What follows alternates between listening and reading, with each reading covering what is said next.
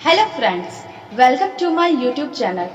पिछले वीडियो में हमने नेट के पाठ्यक्रम में संकलित इकाई 7 की कहानी ईदगाह का कथा वाचन किया था। अगर आपने उस वीडियो को नहीं देखा तो नीचे डिस्क्रिप्शन में उस वीडियो का लिंक दिया है, आप आसानी से वो वीडियो देख सकते हैं।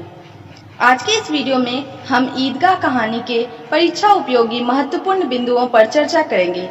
तो आइए देखते हैं इस कहानी के महत्वपूर्ण बिंदुओं को। प्रेमचंद हिंदी और उर्दू के महानतम भारतीय लेखकों में से एक थे। प्रमुख रचनाएं: उनके द्वारा लिखे गए कहानी संग्रह मानसरोवर 8 भाग, गुप्तधन 2 भाग। उनके द्वारा लिखे गए उपन्यास निर्मला, सेवा सदन, प्रेमाश्रम, रंगभूमि, कर्मभूमि, गबन, गोदान।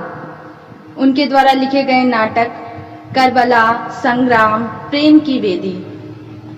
निबंध संग्रह में विविध प्रसंग 3 खंडों में कुछ विचार। संपादन कार्य किया है उन्होंने माधुरी, हंस, मर्यादा, जागरण का।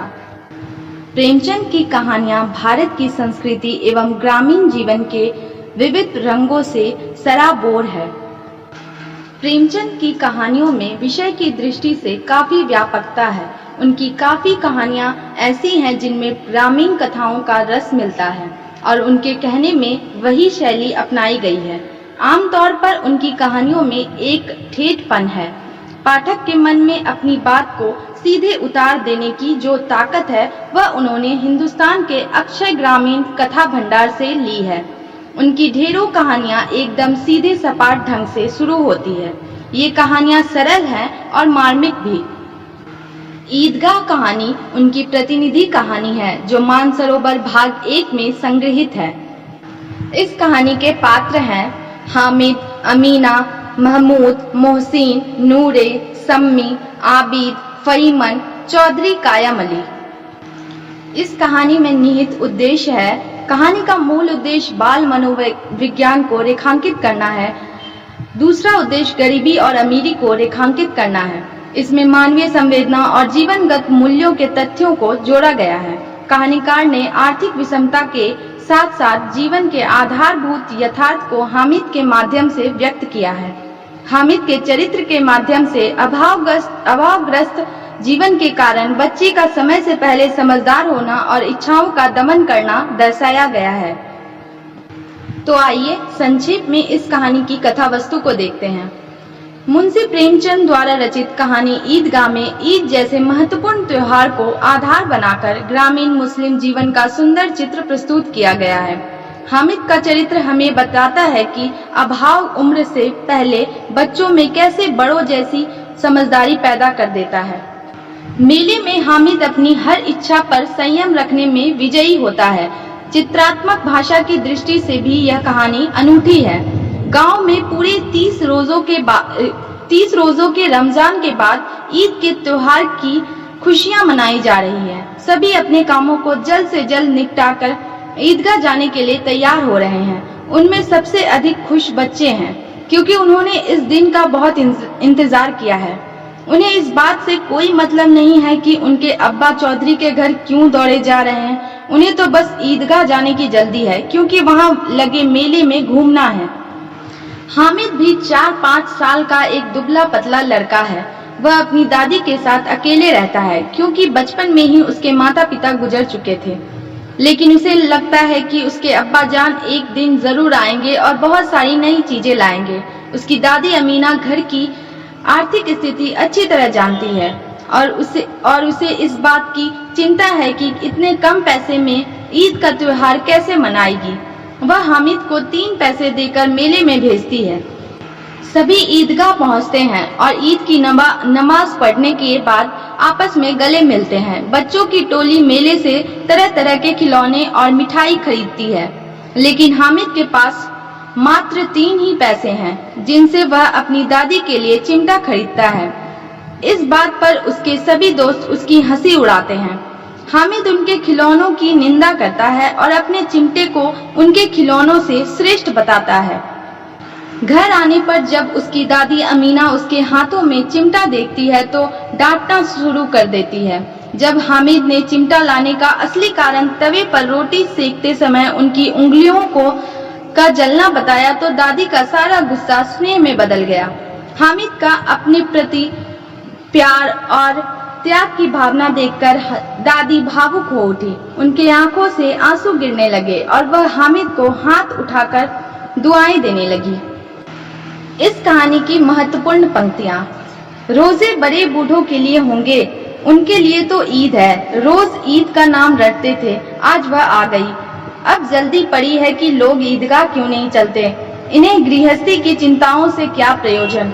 सवैयों के लिए दूध और शक्कर घर में है या नहीं, इनकी बला से ये तो सवैयां खाएंगे। वह क्या जाने कि अब्बा जान क्यों बदहवास चौधरी कायम अली के घर दौड़े जा रहे हैं। उन्हें क्या खबर कि चौधरी आज आंखें बदल ले तो यह सारी ईद मुहर्रम हो जाए। ईद के अवसर पर गांव में ईदगाह जाने की तैयारियां हो रही है। सभी लोग कामकाज निपटाकर ईद के मेले में जाने की जल्दी में हैं। बच्चे सबसे ज्यादा खुश हैं। उन्हें गृहस्थी की चिंताओं से कोई मतलब नहीं। उन्हें तो यह भी नहीं मालूम कि उनके अब्बा जान ईद के लिए पैसों का इंतजाम करने चौधरी कायम अली के घर दौड़े जा रहे हैं, और यदि चौधरी पैसे उधार देने से मना कर दे तो वे ईद का त्योहार नहीं मना पाएंगे। उनका यह ईद की खुशी का अवसर मुहर्रम जैसे मातम में बदल जाएगा। बच्चों को तो बस ईदगाह जाने की जल्दी है। इस्लाम की निगाह में सब बराबर है। इन ग्रामीणों ने भी वजू किया और पिछली पंक्ति में खड़े हो गए। कितना सुंदर संचालन है, कितनी सुंदर व्यवस्था। लाखों सिर एक साथ सिजदे में झुक जाते हैं, फिर सबके सब एक साथ खड़े हो जाते हैं, एक साथ झुकते हैं और एक साथ घुटनों के बल बैठे जाते हैं। कई बार यही क्रिया होती है जैसे बिजली की लाखों बत्तियां एक साथ प्रदीप्त हो और एक साथ बुझ जाए, और यही क्रम चलता रहा। कितना अपूर्व दृश्य था, जिसकी सामूहिक क्रियाएं विस्तार और अनंतता हृदय कसे श्रद्धा, गर्व और आत्मानंद से भर देती थी। मानव भ्रातृत्व का एक सूत्र इन समस्त आत्माओं को एक लड़ी में पिरोए हुए है। ईदगाह में नमाज का नजारा अलग ही था। नमाज के समय लाखों सिर एक साथ सजदे में झुकते हैं तथा एक साथ उठते हैं। ऐसा प्रतीत होता है उनके मन में अपार श्रद्धा का भाव होता है। उनके भीतर की भाईचारे की भावना उनको आपस में जोड़े रखते हैं। धर्म आपस में लोगों को जोड़ता है, तोड़ता नहीं। धर्म के नाम पर तोड़ने वाले धर्म के रहस्य को समझते ही नहीं। कोई भी धर्म मनुष्य के बीच भेद नहीं करता। बुढ़िया अमीना बालिका अमीना बन गई। वह रोने लगी, दामन फैलाकर हामिद को दुआएं देती जाती थी और आंसू की बड़ी बड़ी बूंदें गिराती जाती थी। हामिद इसका रहस्य क्या समझता। दादी अमीना हामिद के त्याग, उसका स्नेह, उसका विवेक देखकर हैरान रह गई। सुबह से भूखा बच्चा दूसरों को मिठाई खाते देख कैसे इसने अपने मन को मनाया होगा। मेले में भी इसे अपनी बूढ़ी दादी की याद बनी रही। यह सब सोचकर अमीना का मन गदगद हो गया। दादी अमीना एक बालिका के समान रोने लगी। वह दामन फैलाकर हामिद को दुआएं देती जा रही थी तथा आंसुओं की बड़ी बड़ी बूंदें गिराती जा रही थी।